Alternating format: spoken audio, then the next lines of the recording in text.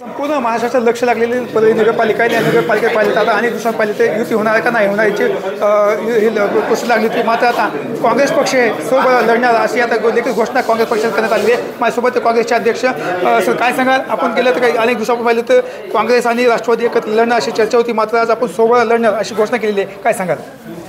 आम्ही महाविकास आघाडी करूनच लढावा ही सर्वप्रथम इच्छा होती आणि त्याप्रमाणे आम्ही सगळं काही पुढाकार घेऊन सगळं महाआघाडी करायचं आम्ही सगळं तयारी केली होती. पण महाआघाडीच्या शेवटी त्यांनी आयात उमेदवार आणून आणि काँग्रेसला नगराध्यक्षपद न सोडल्यामुळं ही महाआघाडीतून त्यांना आम्ही बाहेर काढून आम्ही महाआघाडी म्हणून आम्ही ही निवडणूक लढवली. गेल्या 10 दिवसापर्यंत अनेक त्यांच्या बैठका देखील झाल्या होत्या. असं बैठकीमध्ये काय तुमची चर्चा झाली होती?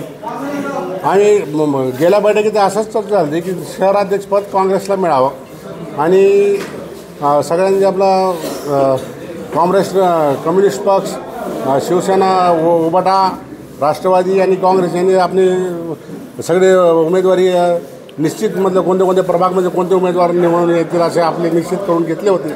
पण नंतर हे नगराध्यक्षाचा निर्माण झाल्यानंतर त्याला आयात उमेदवार आणल्यामुळे ज्याच्या विरुद्ध आम्ही लढलो, ज्याच्या कामाविरुद्ध नाराजगी लोकांमध्ये आहे त्यालाच आणखीन ते तिकडं सगळं 14 वर्ष राहून पुन्हा आणखीन आज त्यांच्या विरुद्ध जे माहोल झालं तर आणखीन तसाच आम्ही प्रचार करावा ह्या हेतूने आम्ही ती आघाडीतून त्यांना आम्ही वगळून आमची आघाडी तयार करून आम्ही लढत आहोत. लोकसभेला पाहिलं तर विधानसभेत पाहिलं तर काँग्रेसनं मोठ्या पक्षाने मोठ्या संख्येने काम पक्षाच केलं होतं राष्ट्रवादीचं.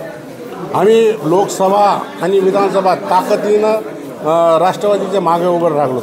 आम्ही पुढाकार घेऊन ज्यांचे माणसं बुथावर उभं टाकू शकत नव्हते आम्ही काँग्रेसवाल्यांनी आपलं आम्ही सगळे बुथ सांभाळून त्यांना लीड देऊन इथून निवडून दिले आणि ते आमचं चिन्हच इथून गायब करण्याचा त्यांचं जर असं असेल मग महाआघाडीचं ते गद्दारी करतात आहेत.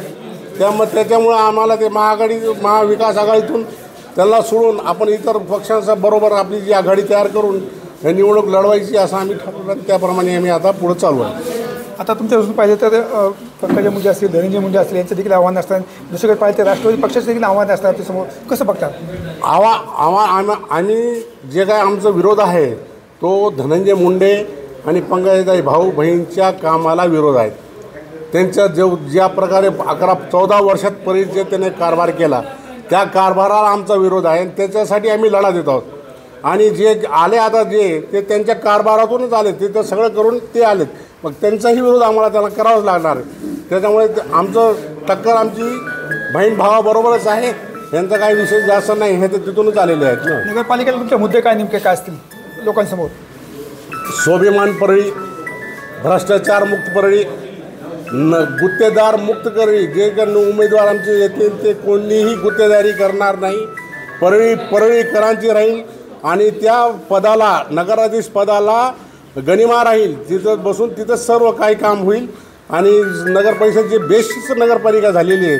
त्याला शिस्त, स्वच्छता आणि ह्याचं आमचं प्राधान्य राहील. काँग्रेससोबत दुसरं कोणते अजून पक्ष असणार का काही?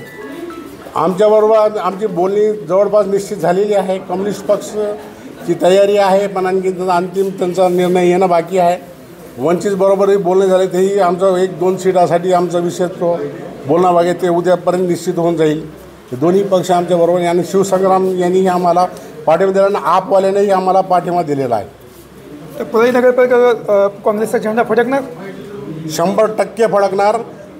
अँटी इन्कम्बन्सी ज्या गुंडगिरीला, ज्या भ्रष्टाचारी नगरपालिकेला लोक वैतागलेले आहेत त्यांनी इमानदारीनं आम्हाला मतदान करावं. नक्कीच आपल्याला नगर परिषदेवर झेंडा फडकलेला आमचा दिसणार आहे. तर या ठिकाणी पाहिलं तर बादुबेंनी सांगितलं की येणाऱ्या काळामध्ये परळी नगरपालिकेवर काँग्रेसचा झेंडा फडकल अशी देखील त्यांनी दावा करण्यात आलेला आहे. कॅमेरा पर्सन विकास वाघमारे, मी संभाजी मुंगे, ठेवण्याची परळी, बीड.